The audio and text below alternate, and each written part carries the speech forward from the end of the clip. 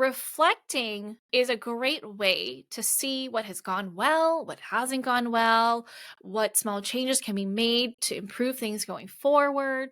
And a way to make this really impactful is for you to ask yourself the hard questions, to be real with yourself, as well as getting feedback from your spouse. How would you assess yourself as a partner over the past 12 months? Welcome to the Marriage and Motherhood Podcast. I'm your host, Michelle Perda. As a marriage coach who's been through and still going through the trenches of motherhood myself, I get it. Life gets busy and sometimes your relationship takes a backseat. But guess what? You can feel like a couple while raising kids, and I'm here to help. Join me each week here as we dive into the messy but fulfilling world of marriage and motherhood. From navigating conflict to reigniting that spark, we're going to chat about it all. So, if you're juggling mom life with wife life, this podcast is for you. And hey, if you love what you hear, I'd be so grateful if you could rate and review this podcast on your favorite podcast platform. Here's this week's episode. Hello. Welcome back to another episode of the Marriage and Motherhood Podcast. Happy New Year. This is the first episode of 2024, and I seriously cannot believe that a whole year has passed. I feel like having kids speeds up time so much. Time is such a thief. I keep looking at my 4-year-old, wondering, or she's not even 4. I'm like speeding up way too much. But I keep looking at my 3.5-year-old, thinking, when did you get so big? You're not a baby anymore. You're not even like a toddler anymore. You're like a girl. You're a little girl right now. What is happening?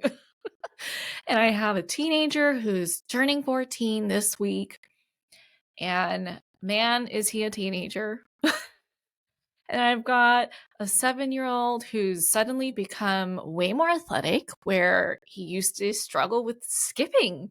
And through the help of occupational therapy, he's like doing all kinds of things. He's roller skating, he's trying skateboarding. And I'm like, what is going on right now? All of you are just making leaps and bounds of improvements. So anyway, I hope your holiday season went really well. And in this episode, I'm going to be talking about something that really is applicable throughout the year, not just the beginning of the year, but because it's the beginning of the year, this is the time where it's time to talk about having a fresh start, making improvements, and setting goals, setting intentions, establishing a word of the year, resolutions, whatever. All that stuff is going on right now. So I wanted to give you my take on all of this and share an approach with you that I've taken in my marriage that I'm noticing people don't do. And so I want to kind of bring you back behind the scenes of my marriage and share something fun that I just created to help you along with this process. And today is all about making progress in your marriage. Okay. I firmly believe in continuous improvement, which means that it's continuous work. Okay. It's the beginning of the new year. It's 2024. How did 2023 pass? 2023 was hard. It was really hard. I don't know if that was your experience too, but I'm really looking forward to it being a new year. It's a fresh start, and it can bring on a sense of hope for the year. Maybe this year's going to be different, right? Where communication in your marriage is easier, where you feel like you're starting to reconnect with your husband again, and you're feeling like a couple, not just co-parenting roommates, where partnership feels really seamless and smooth between you two. So you start thinking, okay, let's do this, right? But then when you sit down and you actually start thinking about what it'll take to have things improve, maybe you get stuck. Whether it's feeling overwhelmed because you want a lot to change, or feeling confused about where to start, or not knowing what to do, right? All of this leads to feeling stuck in your marriage.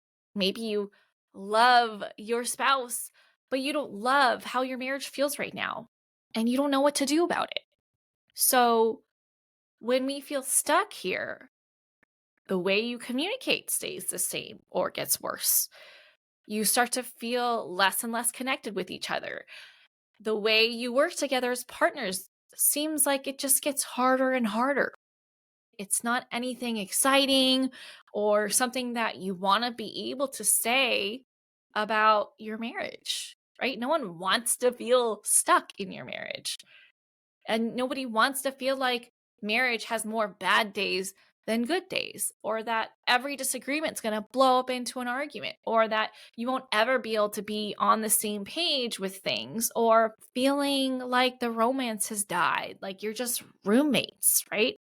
You're just getting by life, raising kids, and being roommates. And that's not why you got married, right? You got married because you wanted to build a life together. You two made each other better. You two had fun together. You worked well with each other and you were there for each other. You were supporting each other. And all that can still be true, even if it feels like I don't even remember that part of us anymore, right? It just takes a different set of skills when you add kids into the picture because you start feeling more tired. You start feeling more stressed, less patient. You're more on edge and you get more easily triggered, right? Parenting is no joke. And the things that you didn't realize you needed start to surface at the worst possible times, like when you're about to lose it and you snap at your husband, or you hear him use a certain tone with you and you react to it. Or maybe you take him way too literally and you take it personal. He's also tired. He's also stressed. And the little things between you two start to pile up on top of each other. And next thing you know, instead of being starry eyed with each other, it's more of side eyeing each other. So if you want your marriage to get better, you've got to put in the work because growth takes work. And just because you've got areas to grow in does not mean that you're broken in any way or that you're unworthy of having the marriage of your dreams. We're all a work in progress. You, me, our spouses. So instead of focusing on how you're stuck, I want you to see these areas that maybe you want something to change in. See them as opportunities to improve your experience of life and relationships. We all have areas that we can grow in. None of us are perfect. And when we consistently put in the work, that's when life, marriage, motherhood gets better and better over time. Because nothing changes if nothing changes. And leaning into a growth mindset and striving for continuous improvement is the way to experience the change that you want. And when it feels like you're not moving forward, like nothing you're doing is working, or maybe the progress seems temporary, remember that we're all human, which means that we can get pretty complicated. Our personal and relationship growth won't always feel like it's moving forward. Sometimes it feels like we're taking 2 steps forward and 1 step back. And it could feel frustrating, right? But you know what? In the end, you're still going to end up 1 step forward. And over time, these steps forward that you're taking are going to add up. And next thing you know, you're where you wanted to be in the past. Like looking back right now, you're probably having worked on your marriage further along than earlier, right? It's just that sometimes it's hard to notice because we always are looking towards the next thing to work on. And it's like hiking. You hike that one peak and then there's the next one.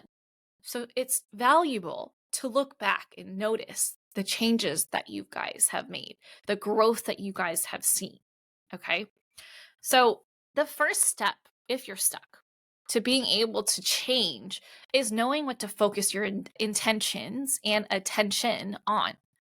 Having clarity around what's a priority for you two to work on and getting really specific around it.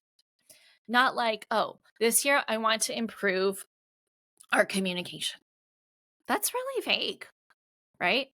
I mean, it's less vague than saying I want to improve our marriage, but there's so much that goes into communication, right? There's your approach, your reactions, and everything in between. Your volume, your tone, your timing, how self aware you are, how well you're managing your emotions and regulating them, understanding yourself.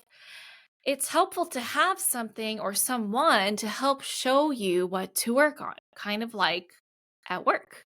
What happens every year? You have an annual review. And for those of you who don't know, I have an HR background. I worked in HR for almost 10 years in my previous career. And I very much have taken what I've learned being a business partner into my marriage. And I'm noticing the more and more people I talk to, they are not doing the same things. And so I want to show you behind the scenes of what I do in my marriage in hopes that it will help you move your marriage forward that much more. Okay. So when you work for a bigger employer, you've always got the annual review, right? You've got your self-assessment and then your manager reviews your performance. And in a self-assessment, you answer questions like, what goals did you have for yourself this year? What goals did your manager have for you this year? How did you work towards that? What did you achieve in this past year? Where do you believe you went above and beyond your scope of what your position entails? What are you interested in achieving going forward? What type of support and or development do you need to accomplish them, right? These are very normal, common questions that you answer as an employee. And for much of my relationship with my husband, I have adapted these questions to allow us to continue growing our marriage year after year. I actually have these conversations quarterly with him. And I realized that a lot of couples aren't doing this, which has led to them feeling stuck in their marriage, which is why it isn't getting any better, right? And so I created a Marriage 360 review workbook, which I will be sharing. If you're not familiar with a 360 review, basically, some businesses do this, not all. I've worked with companies that don't do this at all, and some that do. So a 360 review is 360 as in full circle, right? 360 degrees. So it's not just one-sided. In a 360 review, the employee reviews their own performance, their manager reviews the employee's performance, and the employee reviews the manager's management performance. Okay. And reflecting is a great way to see what has gone well, what hasn't gone well, what small changes can be made to improve things going forward. And a way to make this really impactful is for you to ask yourself the hard questions, to be real with yourself, as well as getting feedback from your spouse. How would you assess yourself as a partner over the past 12 months? I previously mentioned in a different episode, would you want to be married to yourself?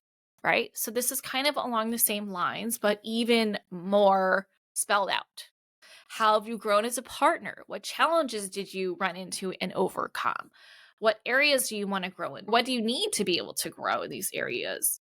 What challenges do you need support with? What support do you need from your partner? And if you're looking for this level of clarity, having this workbook, working through it is going to help you make a plan on what to work on in your marriage to make 2024 your year for your marriage, to completely do not a 360 because you don't want to end up in the same place, but a 180. So flip it from bad to great. Okay. What it's going to do is help you notice things that maybe you've come to accept, things you haven't necessarily given yourself permission or even time to admit and discuss with your spouse. And also, arguably, the most important part, which is where you can grow as a partner, right? It's really easy for us to see how our partners are falling short and put the blame on them for how the marriage feels lately. Like, oh, if you would plan more dates, then I would feel more connected. Or If you didn't communicate the way that you did, then things would feel better. We wouldn't argue so much, right? But it takes two for your marriage to be where it's at. And there are definitely things that you can do to improve the relationship too. We're not perfect as much as we can sometimes think we are based on our actions. It's common to let our resentment or frustration to overshadow our ability to take ownership of how we've also contributed to the current state of the relationship. Okay? So, in this workbook, it has several sections: communication, connection, partnership, and the different aspects that go under that. And filling this out is going to help you see exactly what part of each section it is that needs your attention. And when you have this workbook here, when you start to approach your marriage with more clarity, that's when you're going to start noticing, oh, actually, I could do better in this area too. It offers some humility because we're not all rock stars in every single aspect of our marriage. And when we can get this level of granular with what we need to work on, this is what's going to facilitate a much more productive conversation with your spouse. Instead of being really reactionary, actually, I just hopped off of a client call just now, right before I hit record. And I was just sharing with her how important it is to know how to have the bigger conversations rather than only having the little conversations.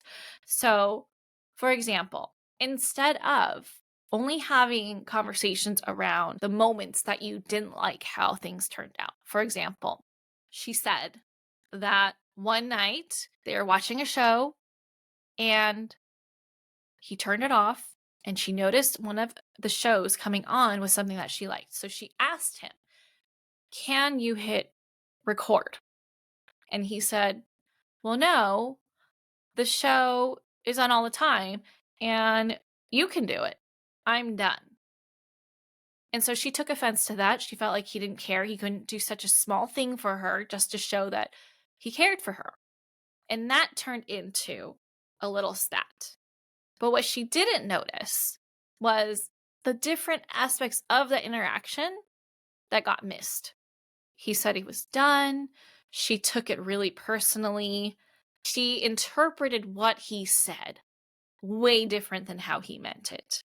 And so she's focusing on this one interaction when really the resentment that she's carrying lately, the frustration that she's experiencing, that's leading her to be more critical of him, and so much that they feel like they need actual physical distance from each other. Where she said when she walks into the room, she notices he backs up to create a physical space between them two because that's how disconnected they feel right now. So instead of looking at these little moments and responding to each of those moments, look at the bigger picture. And this workbook is going to help you do that. Okay. It's got really specific questions on all the different aspects of communication, connection, partnership. And you get to mark off where you think your marriage falls. There's space to reflect. This is something that's going to help you have those really great conversations where it's going to lead you to understanding what you each need to move forward, getting on the same page with where you want to take your marriage going forward. Okay. Like I said, I have these conversations with my husband every quarter. Ours is a simplified version because we have more experience doing it, but I built out this, like, it's 20 pages, okay? It's not a full 20 pages. Some of it's like notes, but this is going to be your next step if you're like, I feel stuck and I don't know what to do next. I just know I'm unhappy and I want to be happy. Things are heavy and I want it to be lighter. So go check out that workbook. Let me know how you like it. And let me know how the conversation goes for you. Okay. This workbook is exactly what you need to set your year up for success. And as always, if you're wanting support, after completing this workbook, schedule a call with me. It's free, and we could figure out if coaching is a good fit for you. Okay. I've got availability for new one-on-one clients as well as couples. So reach out, let me know how I can support you. I am cheering you on, and let's make 2024 your year that your marriage did a full 180. Okay. All right. I hope that this was helpful for you and that this workbook is going to be everything and more for you to take your marriage to the next stage, the next phase that you've been waiting for. All right. Have an amazing day, and I'll catch you on the next episode. That's it for this episode. If you enjoyed this episode and you'd like to help support the podcast, please subscribe and leave a rating and review. I would so appreciate that. And if you love what I share here, then you're going to love and want to join my free private Facebook community that's also called Marriage and Motherhood. I hope to see and connect with you in there. Otherwise, I'll catch you back here next week for the next episode. Bye.